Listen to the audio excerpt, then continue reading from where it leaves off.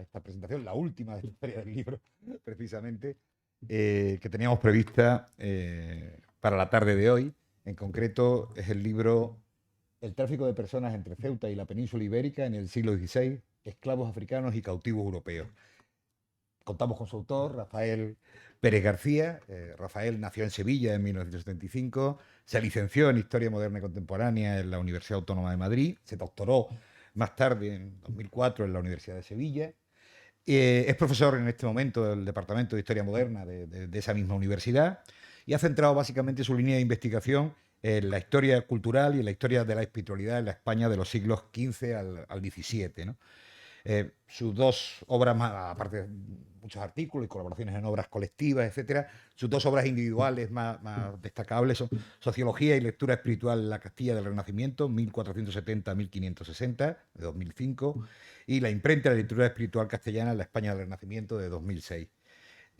Además es coautor con Manuel Fernández Chávez del libro En los márgenes de la ciudad de Dios, Moriscos en Sevilla, publicado por las universidades de Valencia, Granada y Zaragoza en 2009.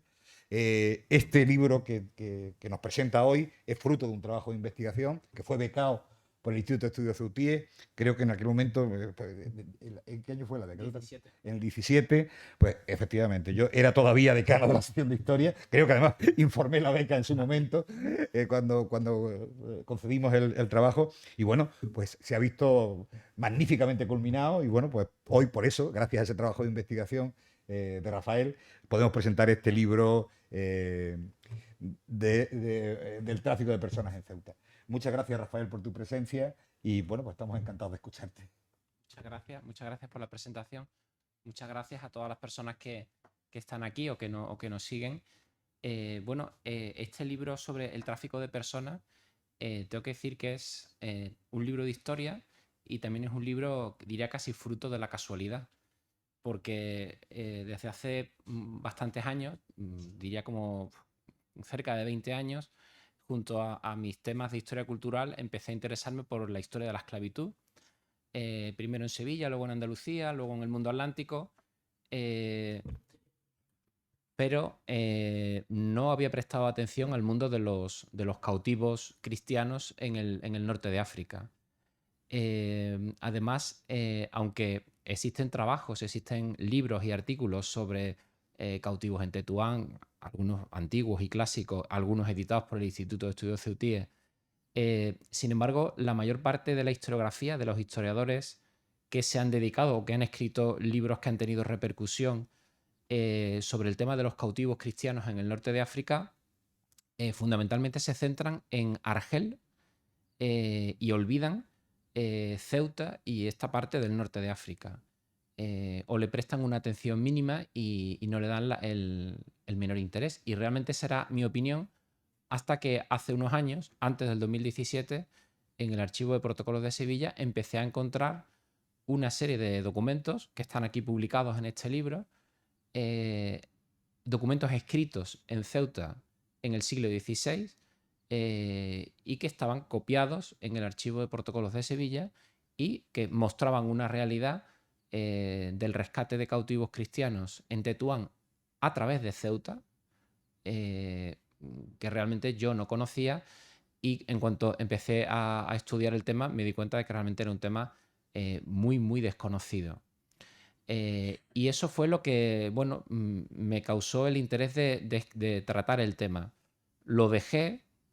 Muchas veces uno encuentra los documentos en el archivo y, bueno, ahí se quedan.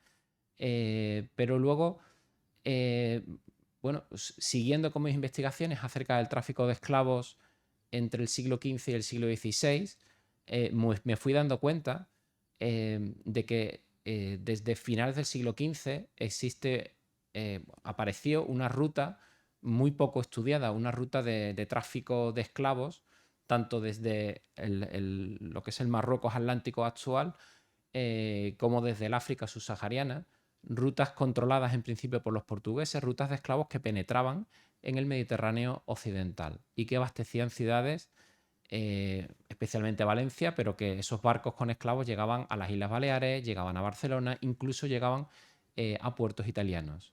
Eso estaba pasando en las últimas décadas del siglo XV.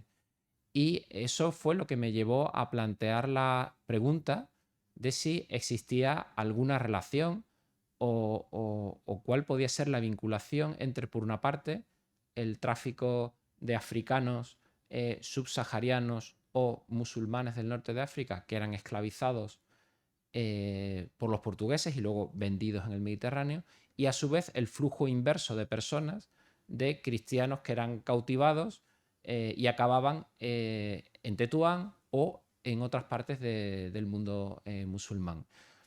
Y eso, esa idea fue madurando en mi cerebro hasta que, bueno, se me ocurrió pedir la ayuda del Instituto de Estudios Ciudadanos, que realmente fue el empujón que necesitaba, ¿no? Era como la obligación que necesitas tener para acabar de darle forma a algo. Eh, bueno, el hecho de tener la ayuda realmente me motivó a darle forma a este proyecto y realmente descubrí bueno, una realidad que creo que está plasmada en este libro y que me parece sumamente interesante. Os decía al principio que esto es un libro de historia, porque yo soy historiador, yo no soy novelista, entre otras cosas porque carezco de las dotes literarias, ya me gustaría, ¿no?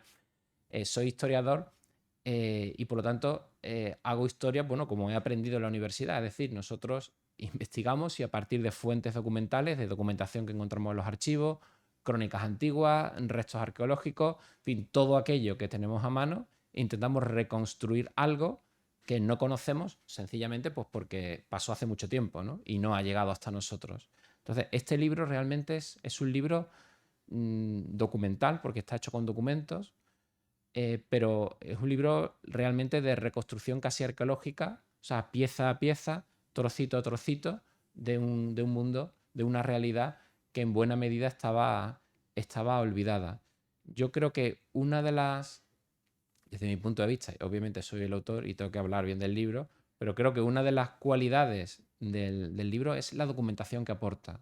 Hay documentación del archivo de protocolos notariales de Sevilla, hay documentación del archivo de la Real Chancillería de Granada, hay documentación del Archivo General de Simancas y luego hay documentación portuguesa, que los portugueses sí han ido publicando grandes series documentales que nos facilitan mucho el trabajo.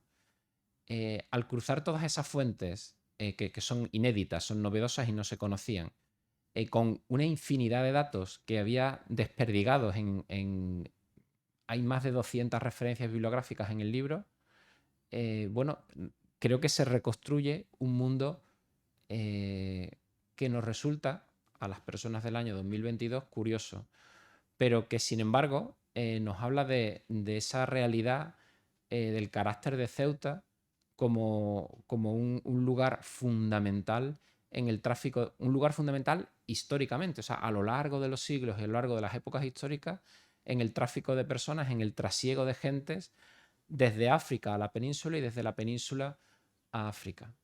Y por eso, aunque el libro sobre todo estudia el siglo XVI, tiene un primer capítulo en el que yo me retrotraigo hasta la época islámica para mostrar ya cómo Ceuta en época islámica era la terminal de las rutas del tráfico de oro que venía del África subsahariana, pero también era terminal ya de las rutas de esclavos negros que atravesaban el Sáhara y desde Ceuta pasaban a la península ibérica. Y al mismo tiempo, en época islámica, Ceuta era ya también un mercado de esclavos cristianos. Los cristianos que eran capturados en la frontera entre el Al-Ándalus y los reinos cristianos en la península ibérica o en el mar, muchas veces y de forma preferente eran traídos a Ceuta y desde Ceuta aquí eran vendidos y desde aquí introducidos hacia el interior de Marruecos. Eh, esta realidad de Ceuta se va transformando según la frontera cristiana va bajando en la península ibérica. Y a partir del siglo XIV especialmente, cada vez empezamos a encontrar musulmanes de Ceuta, pero también de otras ciudades, Tánger, Arcila, etcétera, que son capturados por los cristianos y empiezan a aparecer siendo vendidos. Ahora se está invirtiendo la realidad en las grandes ciudades cristianas de la península ibérica. Y todo cambia, y por eso hay un segundo capítulo, todo cambia en 1415, cuando los portugueses conquistar la ciudad. Y eso transforma radicalmente la historia de Ceuta. Porque los portugueses van a convertir Ceuta literalmente en una plaza corsaria. Y desde aquí van a fustigar todas las costas, por supuesto también el territorio circundante, y van a llenar de esclavos musulmanes los mercados de la península ibérica. De hecho, la misma población musulmana de Ceuta en 1415 fue esclavizada y encontramos las ventas de estas personas en los meses, en los días y en los años siguientes en Valencia, en las Baleares, en Barcelona. O sea, eso claro, es algo de lo que hemos perdido la memoria, aunque cosas horribles siguen pasando en el mundo contemporáneo, obviamente, ¿verdad? Pero ya no sé, la toma de una ciudad no supone la esclavización y venta de gente que el día de antes estaba tranquilamente trabajando en su casa, ¿no? Entonces, el segundo capítulo del libro está dedicado a esta historia de la Ceuta portuguesa como gran centro corsario que se convierte en un aprovisionador de esclavos musulmanes en la península ibérica. Desde Ceuta, los portugueses también atacan las costas del reino nazarita de Granada en el último siglo de existencia de este reino. Y Ceuta va cambiando y se va convirtiendo cada vez más en una plaza militar. Facilita que los portugueses comercien en el Mediterráneo occidental, pero cambia los circuitos mercantiles y se asienta como un lugar fundamental para el tráfico de musulmanes norteafricanos esclavizados hacia el norte. De hecho, la actividad de los portugueses genera una especie de efecto vacío, ¿no? Los portugueses también se harán con Alcázar Seguer, con Tánger, con Arcila, Tetuán quedará desierta, como consecuencia de toda esa actividad militar y corsaria. La siguiente fase, y con esa fase ya se abre el tercer capítulo del libro, que es el último y es el más largo, obviamente, que es el dedicado al siglo XVI, empieza fundamentalmente como consecuencia de la guerra de los reyes católicos para conquistar el reino de Granada. Esta guerra, paradójicamente, provoca que miles de musulmanes granadinos emigren a lo largo de todos los años de la década de 1480 y de la de los 90, vayan abandonando, según los cristianos, van conquistando el reino, van abandonando el reino de Granada y vuelven a asentarse, vuelven no, se asientan en el norte de África. Y en este contexto se produce la reconstrucción de Tetuán por el famoso Al-Mandari.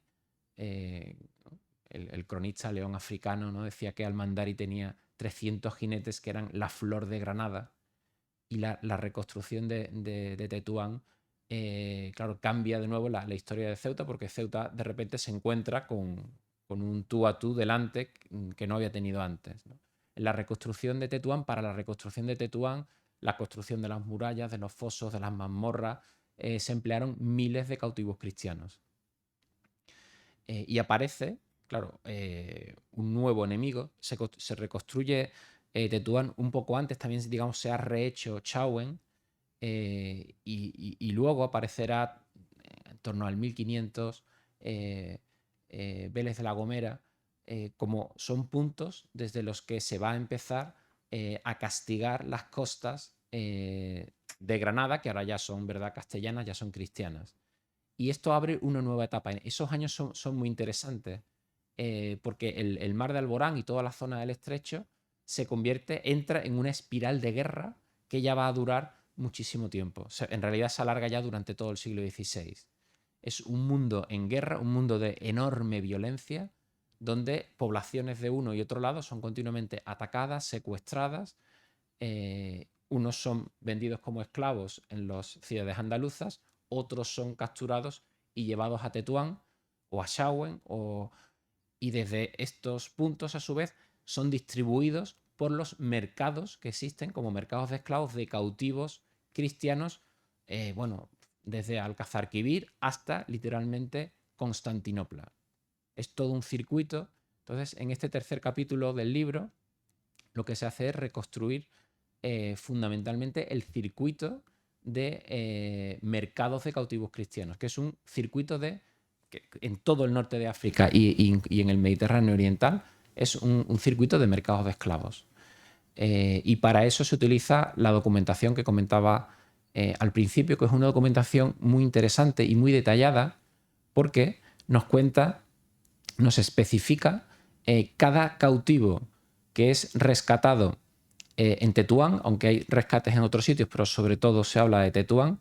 Nos explica la documentación cómo es el proceso que se hace desde Ceuta. Ceuta es el gran centro de redención de cautivos en toda esta parte del norte de África. Entonces, se explica el proceso, cómo se paga. Cada cautivo, uno a uno, nos cuenta quién es, de dónde viene, cuándo fue capturado, cuánto se paga por su rescate, qué edad tiene, si es hombre, si es mujer, cómo se llama. Entonces, se puede hacer, es una documentación extremadamente detallada, minuciosa, y por eso se puede realmente reconstruir el proceso de redención de cautivos durante la primera mitad del siglo XVI con una enorme precisión. Y ahí hay muchas historias de vida, de personas, de hombres, de mujeres, de niños, que han sido capturados en las circunstancias, es decir, un pescador que está pescando delante de Algeciras, un señor que estaba en la costa en Asturias, soldados que han salido de Ceuta y los han cogido. Bueno, hay todo tipo de circunstancias de personas que acaban en Tetuán o desde Tetuán acaban yendo a los lugares vendidos, a los lugares más insospechados. Bueno, de todo este proceso de redenciones y de la vida de estos cautivos en Tetuán, en Chauen y en algunos otros lugares, trata esta tercera parte del libro. Obviamente se analizan los distintos agentes redentores, es decir, desde los trinitarios a mercaderes que actúan por petición de mercaderes que trabajan, que negocian en esta parte, en esta región, por petición de los familiares de los cautivos, que a lo mejor viven en Córdoba o en el puerto de Santa María o en Cádiz o en Sevilla o en Málaga. A través de estos mercaderes intentan tener noticias y saber cuál es el rescate que se pide por su madre, por su marido, por su hijo, por su hermana. Y luego se habla especialmente del padre Fernando de Contreras, que es un sacerdote que llega a Ceuta en el año 1535. Y bueno, es un personaje muy singular, ¿no?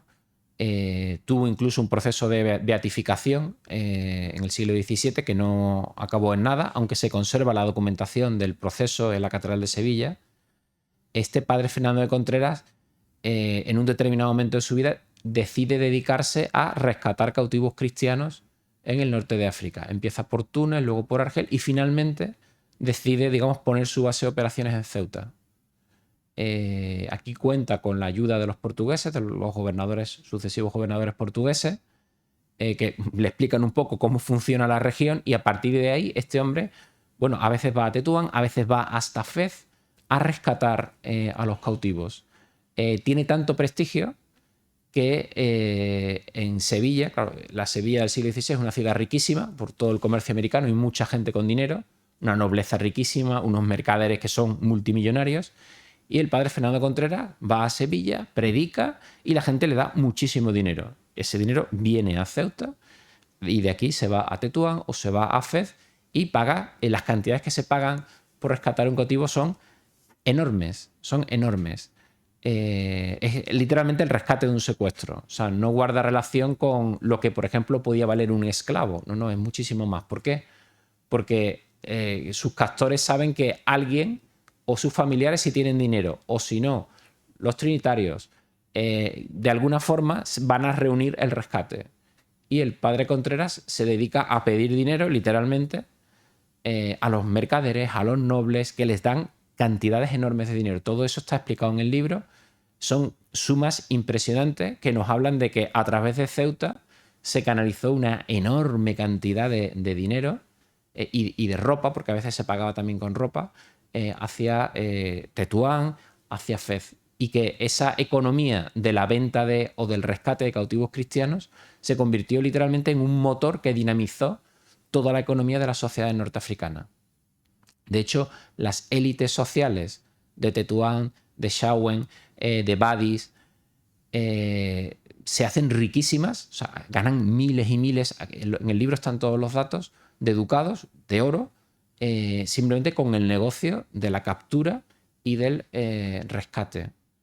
Y es muy interesante ver cómo esos granadinos que huyeron de Granada cuando los reyes católicos conquistan su reino, pues 10, 20, 30, 40 años después se han convertido en gente muy rica que domina y gobierna las ciudades que están en el entorno de Ceuta y que gracias al negocio del rescate de los cautivos amasan fortunas muy importantes, muy importantes. Entonces, bueno, este libro va de todo eso, ¿no? En realidad es una historia de personas muy diferentes, musulmanes, cristianos, portugueses, castellanos, hay italianos, hay gente de Aragón, que por un motivo u otro acaban girando, entrando, saliendo a través de Ceuta, ¿no? Y aquí se hace la historia de un papel que realmente estaba, creo que infraconocido en la historia de Ceuta, porque siempre todo el mundo hablaba en Argel. Argel, claro, Argel es que en Argel estuvo Cervantes. Entonces, claro, tú dices Cervantes, a todos se nos nublan los ojos y pensamos, claro, que Argel, claro, los famosos baños de Argel, Cervantes habla del cautiverio en Argel, pero eso ha oscurecido la realidad y la importancia que tuvo Ceuta durante el siglo XVI. El libro termina cuando en 1549 muere el padre Contreras, que está continuamente yendo y viniendo para conseguir dinero, y a su muerte llegan los primeros jesuitas a Ceuta. Estos primeros jesuitas, digamos que van a heredar la función, van a Tetuán, y cuando bajan a las mazmorras de Tetuán, claro, y ven cientos y cientos de cautivos cristianos, pues dicen, aquí hay que hacer algo, ¿no? Entonces, digamos que retoman el relevo y empiezan de nuevo a pedir dinero, pero ahora en Lisboa. Y ahí ya termina el libro. Pero anuncia una historia que habrá que seguir escribiendo, bueno, que obviamente continuó en el tiempo. De hecho, hace un mes y poco encontré nuevos documentos que ojalá hubiera encontrado hace 5 años con más redenciones de cautivos. Lo interesante es que, bueno, para mí obviamente no puedo decir otra cosa, a mí me resulta muy interesante el tema, pero tradicionalmente se había pensado que estas redenciones de cautivos habían sido muy pocas, se rescataban muy pocos cautivos, pero lo que emerge de la documentación es que las redenciones, o sea, las operaciones de redención de cautivos bueno, cautivos que están en Tetuán, pero que están en Fez o que están en Alcázarquivir, están en sitios muy al interior, ¿no? Las operaciones de redención de cautivos eran continuas. Los agentes que se encargan, que pueden ser mercaderes, pueden ser frailes trinitarios, puede ser un espontáneo como el padre Contreras, pueden ser los jesuitas, pueden ser particulares, pueden ser alfaqueques, hay muchas posibilidades. Las operaciones de rescate de cautivos son continuas. Es decir, era un problema de una tremenda actualidad. O sea, continuamente se estaban secuestrando personas y continuamente se estaban reuniendo fondos para recuperar a esas personas y hacerlas regresar a sus casas. La documentación es tan detallada que nos dice hasta cuántos años llevaba cada persona cautiva.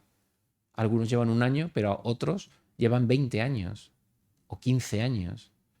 También es muy interesante porque nos permite ver cómo a principios del siglo XVI básicamente se rescataban los hombres y las mujeres y los niños, fundamentalmente porque lo que se temía es que los hombres se acabasen haciendo musulmanes ya por desesperación y entonces contribuyesen a engrosar los ejércitos y las poblaciones musulmanas. Esto cambia precisamente gracias, entre otras cuestiones, al padre Contreras, que se da cuenta del sufrimiento también de las mujeres y de los niños. De modo que él empieza a rescatar cada vez más mujeres y cada vez más niños, que obviamente no tenían ese interés militar, pero sí había un interés humanitario, ¿no? Entonces, bueno, este libro trata de todo eso con mucho detalle y con muchas historias de personas. Y aunque no es una novela, y yo no soy novelista, pero creo que que se lee, que en fin, cualquier público no tiene que ser un público especializado en el siglo XVI, ¿no? Yo creo que cualquier público mínimamente interesado creo que puede leer el libro con un cierto agrado. Y ya está. Muchas gracias por su atención.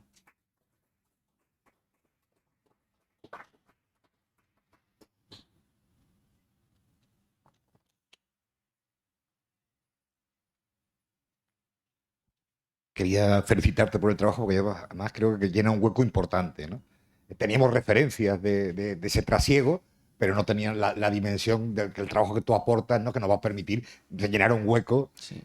importante en la estrofía de Ceuta. Conocíamos incluso sabemos que la población portuguesa, se quedaron 300 en definitiva, una vez que la ciudad es conquistada, vive de la rafia, ¿no? Sí, sí. Tanto de los alimentos como de las personas, ¿no? Pero creo que tu libro nos va a permitir conocer esto con una dimensión eh, mucho mayor, es decir, con datos mucho más fehacientes, ¿no? Y en ese sentido creo que llena un hueco importante y yo darte la enhorabuena y felicitarte y felicitarnos también al instituto Sí, sí. por poder ir poco a poco, pues, rellenando ese puzzle de la historia de Ceuta y del norte de África, ¿no? Muchas gracias. Gracias.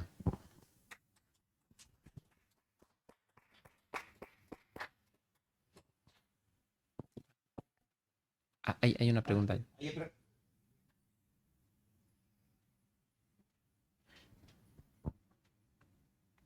Hola, buenas tardes. Hola. En mi enhorabuena y tengo pues la inquietud de saber cómo se le despertó a usted este tema en esta investigación, cómo le surgió a usted esta investigación, de dónde le vino, vamos a decir, la inspiración. Gracias. Pues yo siempre digo que un historiador se forma como historiador en los archivos, con la documentación. Y en mi caso tengo que decir que yo llegué al tema de la esclavitud por casualidad. O sea, yo me dedicaba a otros temas que no tienen nada que ver y me encontré con la esclavitud en el archivo de protocolos, ¿no? Un día, haciendo un trabajo de documentación para un hotel, o sea que no tenía absolutamente nada que ver, estamos reconstruyendo la historia de un edificio de Sevilla, de un solar, pues desde el siglo XXI hasta el siglo XIV, ¿no? Y retrocediendo en el archivo, empecé a encontrarme ventas de esclavos. Uno, otro, otro, otro, otro. Y digo, ¿esto qué es? Uno, otro, otro. Entonces decidí con un compañero con el que trabajaba y con el que sigo trabajando 20 años después, bueno, hacer un pequeño trabajo sobre aquello. Pero claro, enseguida, según íbamos mirando, aquello crecía, crecía, crecía y nos dimos cuenta de la importancia del peso de la esclavitud en la Sevilla y la Andalucía del siglo XVI. Y este tema, pues es exactamente lo mismo. O sea, fue literalmente el hallazgo, vamos a decir, fortuito de una documentación la que me llamó la atención sobre la necesidad de estudiar el tema en profundidad, ¿no? Claro, yo creo que el hallazgo lo tienes porque estás en el sitio donde puede producirse el hallazgo, ¿no? O sea, estás en el archivo. Y yo creo que es muy importante que, que la sociedad entienda que la historia se hace con documentación, ¿no? Y que nosotros intentamos generar conocimiento sobre el pasado a través de los testimonios, de los documentos que nos ha dejado el pasado. Y si no tenemos esos documentos, el pasado simplemente se nos esfuma, ¿no? Bueno, podemos imaginárnoslo, pero ya no es conocimiento. Entonces, realmente, eh, si no fuera por esos hallazgos, el libro no podía haberse escrito, ¿no?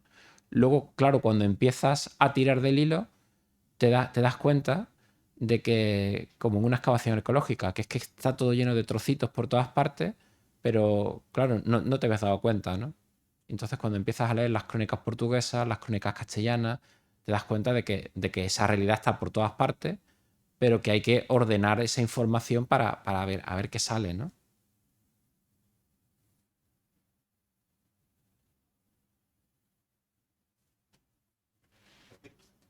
Gracias.